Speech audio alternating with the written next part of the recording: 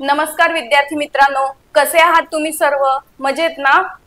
तर आपण ह्या व्हिडिओमध्ये बघणार आहोत की विद्यार्थी काय टॉपच्या 5 चुका करतात ज्यामुळे त्यांचं स्कॉलरशिप हातातून त्यांना स्कॉलरशिप मिळत नाही।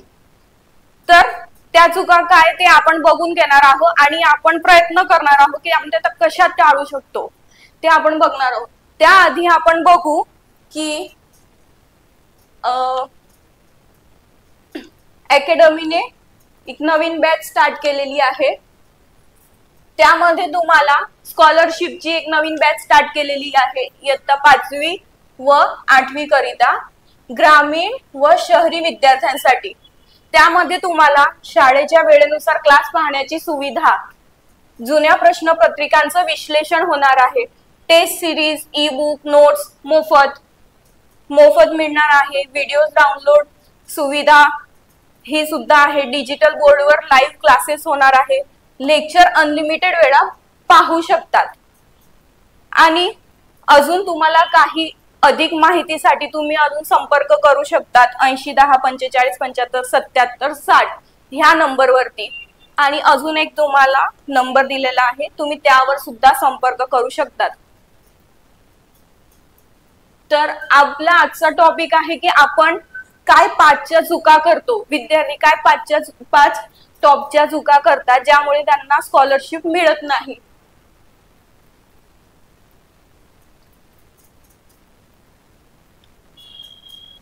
तर ते आहे, पहिला आहे नियोजन न करणे।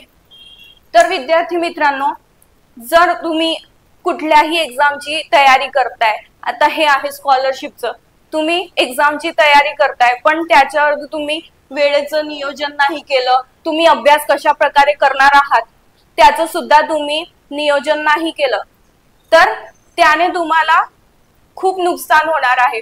म्हणजे काही वेळेस असं होतं ना मित्रांनो की स्टुडंट्स अभ्यास तर करतात पण काही स्टुडंट्स असं करतात की महिन्याच्या शेवटी अभ्यास करायला सुरुवात करतात। मग त्याच्यामुळे असं होतं की त्यांचे जे इम्पॉर्टंट टॉपिक्स असतात ते राहून जातात आणि नेमकं तेच टॉपिक आपल्याला एक्झाम मध्ये येण्याची शक्यता असते, मग ते टॉपिक ते अटेंड करू शकत नाही। त्यामुळे ते नियोजन न करणे हा खूप मोठी चूक आहे। तर तुम्ही असं करा की दिवसाचे 2 तास किंवा असं प्रत्येक विषयाला द्या किंवा तुमचं एक नियमित टाइम टेबल तयार करा आणि त्यावरती तुम्ही अभ्यास करायला सुरुवात करा त्या टाइम टेबल नुसार। त्याच्याने तुम्हाला समजेल की आपण कसं करावं व आठवड्याच्या शेवटी जे तुम्ही जेवढं पण अभ्यास केलेला आहे त्याचं रिव्हिजन करा, म्हणजे तेवढं तुमचं एक परफेक्टली सगळं होणार आहे तेवढे सब्जेक्ट। नंतर दुसरं आहे फक्त पाठांतर करणे। तर तुमचे जे विषय आहेत गणित, मानसिक क्षमता, हे जे तुमचे विषय आहेत याच्यामध्ये असं असतं ना विद्यार्थी मित्रांनो की तुम्ही ह्याच्यामध्ये रट्टा मारू शकत नाही, याचं तुम्हाला परफेक्ट ज्ञान मिळवावं लागतं। आणि जर त्याच्यामध्ये तुम्हाला थोडाही काही प्रॉब्लेम आला तर तुम्ही तुमच्या शिक्षकांना त्याबद्दल विचारा आणि तो डाऊट क्लिअर करायचा प्रयत्न करा।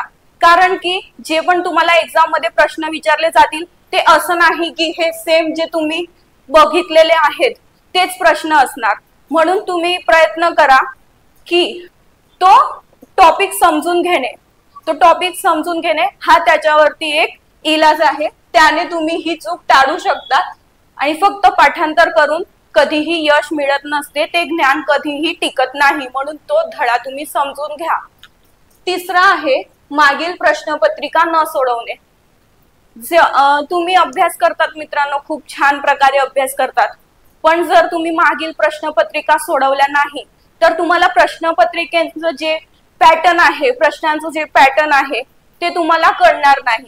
म्हणून तुम्ही मागील प्रश्नपत्रिका सोडवायला हव्या, ज्याच्याने तुम्हाला प्रश्नांचं पॅटर्न काय आहे, परीक्षेत कशा प्रकारचे प्रश्न विचारले जातील ते तुम्हाला तिथून कळणार आहे। आणि तुम्हाला हे सुद्धा कळणार आहे आपण कुठल्या प्रश्नाला किती वेळ द्यावा आणि तुमची ती प्रॅक्टिस होणार आहे, म्हणून तुम्ही मागील प्रश्नपत्रिका सोडवाव्यात। आणि ही पण खूप मोठी चूक आहे की तुम्ही प्रश्नपत्रिका नाही सोडवल्या तर तुम्हाला वेळेचं नियोजन करता येणार नाही एक्झाम मध्ये। तसंच पुढचा पॉइंट आपला त्यावरतीच आहे वेळेचं व्यवस्थापन न करणे. जेव्हा तुम्ही एक्झाम द्यायला जातात मित्रांनो आणि तुमची प्रश्नपत्रिका हातात येते, काही लोक खूप घाबरून जातात, पण तसं न करता खूप शांतपणे बघायचं आणि प्रश्नपत्रिका जर तुम्ही मागे सोडवल्या असल्या तर तुम्हाला आयडिया येईल कोणत्या प्रश्नाला आपण किती वेळ द्यायचा आहे, किंवा प्रश्नांचे पॅटर्न तुम्हाला ऑलरेडी कळलेले असतात, म्हणजे तुम्ही ते कसं करायचं. किंवा मग जे सोपे प्रश्न असतात त्यांना आधी सोडवायचा प्रयत्न करा आणि जे तुम्हाला वाटतं की हे खूप हार्ड आहे त्यांना तुम्ही नंतरने वेळ द्या तरीही चालेल. आणि एका प्रश्नाच्या मागे तुम्हाला किती वेळ द्यायचा आहे हे तुम्ही ठरवून घ्यायचं आहे. त्याच्याने वेळेचं व्यवस्थापन सुद्धा होणार आहे. आणि जर वेळेचं व्यवस्थापन नाही झालं तर तुमचे खूप प्रश्न सुटू शकतात, त्याच्यामुळे तुमचे मार्क्स खूप कमी येऊ शकतात. हा पण खूप एक मोठी चूक आहे की ज्याच्याने तुम्हाला स्कॉलरशिप मिळत नाही. लास्टचा आहे आत्मविश्वास कमी असणे. तर मित्रांनो, कुठलंही काम करतो आपण त्यात सगळ्यात आधी आपलं एकच म्हणणं असलं पाहिजे, हो मी हे करू शकतो. जोपर्यंत आपण हा विचार करत नाही तोपर्यंत कुठलंही काम आपण सक्सेसफुली करू शकत नाही. म्हणून तुम्ही सर्वात आधी हे विचार करा, कितीही अभ्यास करा, पण जर तुम्ही आत्मविश्वास तुम्हाला नसेल तर त्याचा काहीही उपयोग होत नाही. शेवटी जेव्हा वेळ येते तुम्ही घाबरून जाता. तसं न करता आत्मविश्वास ठेवा. रोज सकाळी डीप ब्रीथिंग करा आणि असंच विचार करायचा आहे की हो हे मी करू शकतो आणि हे मी करणार. असा विचार केल्याने यश नेहमी मिळत असतं. तर हा सुद्धा एक पॉइंट आहे, आत्मविश्वास कमी असणे. कधीही आत्मविश्वास कमी ठेवू नये आणि मी करू शकतो हाच विचार करून नेहमी नियमितपणे अभ्यास करत राहा मित्रांनो. आणि अजून काही डाऊट असल्यास तुम्ही